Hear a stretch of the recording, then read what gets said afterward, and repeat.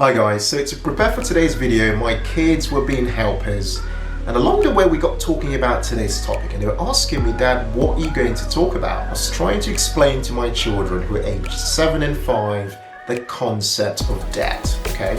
And then my son said something that really stuck out to me. He said, Dad, when adults borrow money, what do they do with it? Especially as they know that they have to pay it back. So why do they take the money in the first place then? Now, see, I thought that was a really powerful question, because that question really opens up pretty much an entire world of questions around the motivations for why we take on debt. Okay, so today I'm going to speak to you about 10 tried and tested tips for how you can work towards becoming debt-free. Now, this subject about debt is a huge one in the UK, especially because new research recently shows that the average non-mortgage debt in the UK is around £15,400. The average non-mortgage debt. So this is credit cards, store cards, car loans, personal loans, unsecured debt basically, £15,400, which is astonishing when you think about it. And that research showed that about 6 million Brits don't believe that they will ever be able to pay their debts back, which is just mind-blowing when you think about it, because what that means is that this is becoming a generational problem. A lot of us are now giving birth to children and bringing them into a world where debt is the new norm. Okay, it's now a part of how we do our lives. In fact, the research showed that people's family budgets, about 30% of it is used to service unsecured debt. 30%. This doesn't even account for mortgage debt. So you can imagine when you throw in mortgage debt, you can start to see why people just cannot find a way to make ends meet. Now the question then is how have we got ourselves to this place where debt is completely controlling our lives? I made a video recently on 10 reasons why we spend a lot more money than we're making. I'm going to put a link to it below and above for you to check out. It's one of the biggest reasons why most of us remain poor. So this idea of becoming debt-free is not just something that's nice to do, but something that must be done if you are to break free and start to change your life entirely. My name's Ken of the Humble Penny and Financial Joy Academy. What we do on this channel is to help you work towards a dream life of financial independence and money joy. When I talk about money joy and this idea of financial joy, becoming debt-free is a huge aspect of that. And as somebody who is debt-free and as someone who has been on the debt journey myself, I can tell you that everything I'm going to share today on this video comes from my practical experience. And I hope it's something you can start to take on board, hopefully to help you work towards becoming debt-free yourself. Before we dive into these 10 tips for becoming debt-free, I'd just like to highlight 2 really important principles, okay? Which, if you take this away, beyond the 10 things I'm going to mention, you will have taken away a lot of value. The first principle is that the borrower is servant to the lender, okay? So if you currently owe people money, you're essentially below their thumb. They can say to you, jump, and you have no choice but to jump, or sit down over there, and you have no choice but to sit down over there. And you then get to ask yourself, well, how have I got myself into this position where I am completely subject to a lender, and what is my way out? So this first principle is very critical, that the borrower is servant to the lender, and our goal from making this video is to help you get out of that situation. The second principle is that if you are able to be diligent with the very little amount of money you have in your life, you will most certainly be able to be diligent with a lot more money when it floods into your life. So the idea of being in debt is simply an indication that you might not currently be living very diligently with the very little that you might have in your life at the moment, okay? So I'm very hopeful that today's video will be able to kind of unpack ways in which you can start to work towards a life of more freedom from debt, which is one that I cannot stress enough because it just helps you to live a much more peaceful and joyful life. So let's work through and start to unpack these 10 ideas for how you can work towards a debt-free life. The first idea is to budget aggressively. Now, I use the word aggressively on purpose because a lot of us think that budgeting is kind of a nice to have. If you are somebody in debt, the budget should be like your light in a dark room, essentially. It should be the thing that's guiding you towards achieving your goal of becoming debt-free, okay? So a budget, just to be absolutely clear, is a plan of how you are going to distribute your income as it comes into your life, okay? I use it in my life today, even as somebody who's debt-free, as a way to make sure that we're allocating our resources as effectively as possible. And if you give that budget the respect that it deserves, the budget will give you the respect that you deserve and will help you gradually work towards becoming debt-free. So a really good way to look at this is to start to create budgets around different areas of your life. So food expenses, home expenses, car expenses, but to set those budgets and most importantly, do whatever you can to stick to them. Because if you can stick to your budget, you can gradually then start to work towards a place where you increase the buffer in your life, i.e. the extent to which you are living below your means creates that buffer, which can then go towards helping to service your debts. Number 2 is to focus on slashing non-essential spend. Now, I was speaking to a few friends recently who are actually really high earners, and they were saying to me that they just feel like their lives are very expensive, which is kind of weird because you think that people who are making a lot of money should have a lot more money left. But no, people tend to have lifestyle creep and essentially start to justify to themselves that all the expenses in their lives are reasonable expenses. Your gym expenses, car expenses, phone expenses, outgoing expenses, takeaway expenses, you justify these because you just feel like, you know what? These just feel like the things I should be paying for.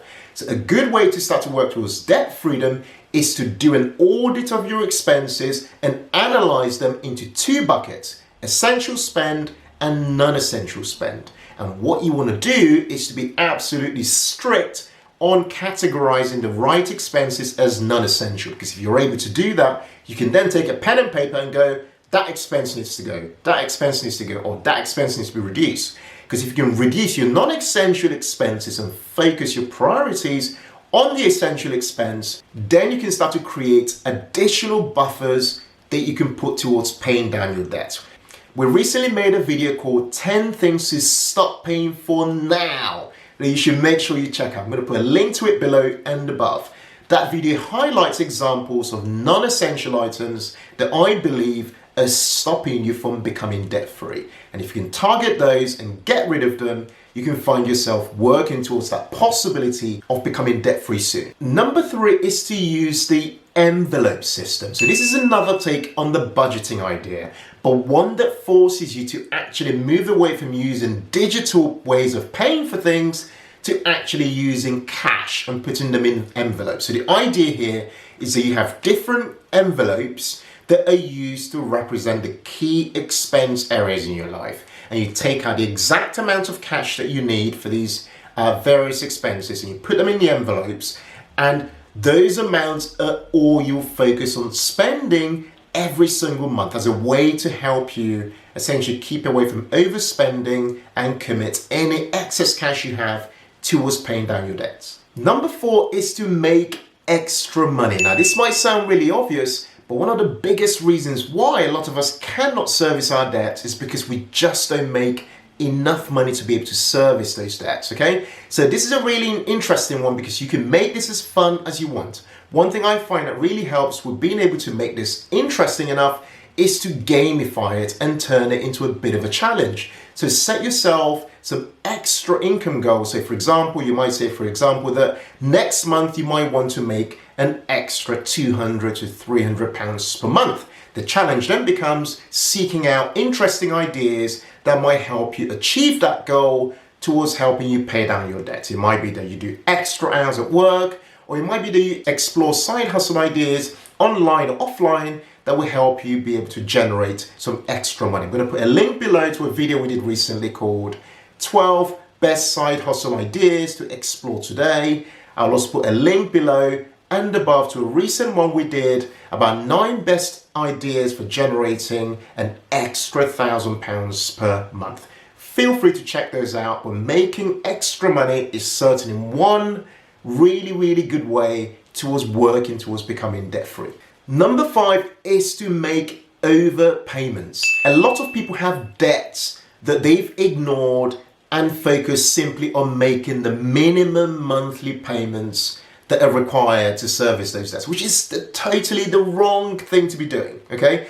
What you should be doing is making overpayments on your debt, because that helps you reduce that debt, because that debt compounds a lot slower and therefore gets you closer to debt freedom a lot quicker because you're making overpayments. I've illustrated this in a video called How We Became Mortgage Free in 7 Years. I'll put a link to it below and above for you to check out. The power of overpayments cannot be ignored. That video is one you should check out because I illustrated on it, for example, the impact of, say, overpaying by £100, or if you had a lot more money, the impact of, say, overpaying by £1,000. Check them out. They can help you save anything from months to even years on the period that you are supposed to be paying that debt off, okay? So overpayments is super powerful. No matter how much you decide to overpay, you are certainly getting yourself a lot closer to debt freedom by doing so. Number 6 is to sell an asset. Now you can look at this in 2 ways. You can either sell things you have lying around your home to which you know you really could do without owning, okay? You can sell those and make extra money and commit that towards paying off some of your debts. The second is to apply your knowledge and experience towards creating an asset that you can then go ahead and sell on an ongoing basis towards paying off your debts. These could be anything from ebooks, digital assets, anything that means that you are using what you already have in your hands to create a product that then goes out in the world to generate you some extra income towards paying down your debt. Now, this might sound complicated, but it's super easy because this video I'm making, for example, is a classic example of what you can do to generate extra income to pay down your debts, okay? I'm creating these videos which are digital assets that in some way generates an income for this channel. In the same way, you could apply that same idea towards creating, say, an online course or something similar that you can sell towards helping you paying down your debts and working towards debt freedom.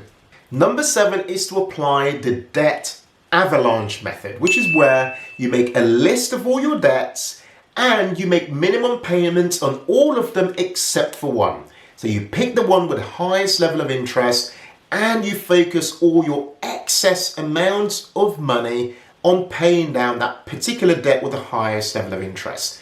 What this does is that it then reduces for you the overall level of interest that you might be paying on your debts because you're focusing a lot of your resources on paying off the debt which has the highest level of interest. Number 8 is to focus on the debt snowball method. Now, a bit like the debt avalanche method, with this, you're doing quite a similar thing, but except this time you make a list of all your debts, you pay the minimums on all of them, but you then focus all your extra resources on the smallest debt amount. Now, what's really super powerful about this is that you're aiming to pay off the really smallest amount and therefore apply your additional resources to the next smallest amount. And then once you've paid that off, apply your resources again to the next smallest amount. What this is really good for is giving you small wins really early because it gives you a great deal of motivation to know that you are empowering yourself and paying off debts and seeing them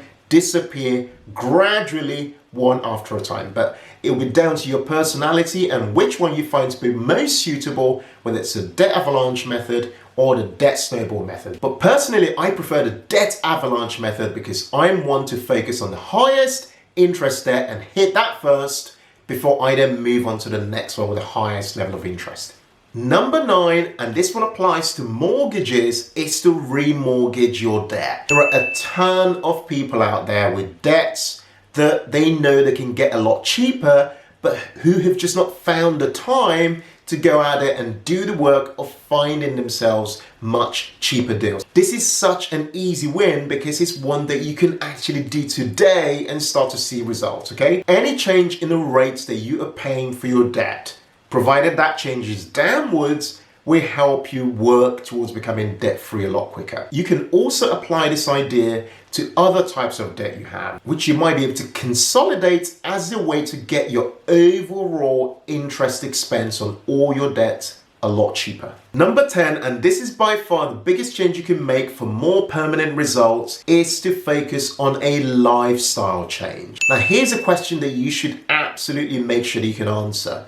Are you currently optimizing your life for status or for freedom? So are you somebody who at the moment has a really nice car, lives in a really big house, has all these various expenses for lots of really nice things, and therefore feels that they're being choked every single month because they just don't have any money left over?